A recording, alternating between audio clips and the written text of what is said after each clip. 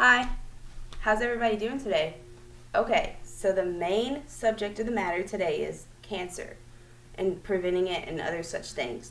So everybody knows of one person that has had cancer or of someone that knows someone that has had cancer. Many people are born with this cancerous cell. Some get it worse than others or even sooner than others, and some go their whole life without even having this virus pop up.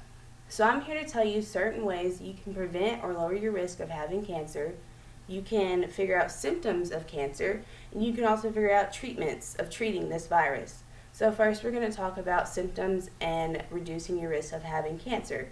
I went online and I found this article written by Mayo Clinic, and they listed certain things that you can do to change your lifestyle habits into reducing this risk of having cancer. The number one idea or number one statement that they said was no tobacco use. This reduced your cancer by a lot, especially of the lung and cervix and certain areas like that. It reduced the risk of getting cancer in certain areas. Also, maintaining a good diet and your weight can also prevent cancer of certain regions like the breast, the colon, and certain places like that. Also, staying out of the sun can reduce risk of getting skin cancer and such things like that. Then also practicing safe sex and not sharing needles and things like that can prevent or even lower your risk of having cancer. So after you figure out certain things that you can reduce this risk or even prevent it from happening, you may want to know what some symptoms are. So I went online and I looked up on this website called medicinenet.com, and they listed certain things that would be symptoms, and you wouldn't even think that they would be symptoms of cancer, but they are. So number one is a sore throat that doesn't go away. This can be a sign of cancer of the throat, believe it or not. So if you ever get a sore throat that does not go away, make sure you get that checked out.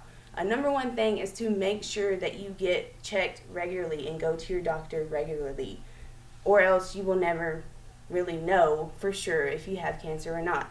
Then there's certain things like if you vomit or are nauseous a lot, this can be a certain thing of having cancer or, a little sign of having cancer.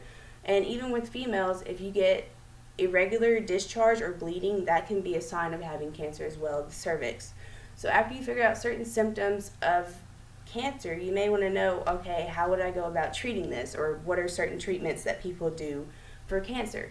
So I went on to this website called cancer.net, and it's all about different ways of treating and how people do, which the number one treatment is chemo. A lot of people have heard about chemo, and this is where they clean out the blood within your body and then put it back into your body, hoping that it will release or reduce the cancerous cells living inside your body. So then after chemo, or if chemo is not the right thing, there's certain things like surgeries. You can get certain surgeries done to remove these cells.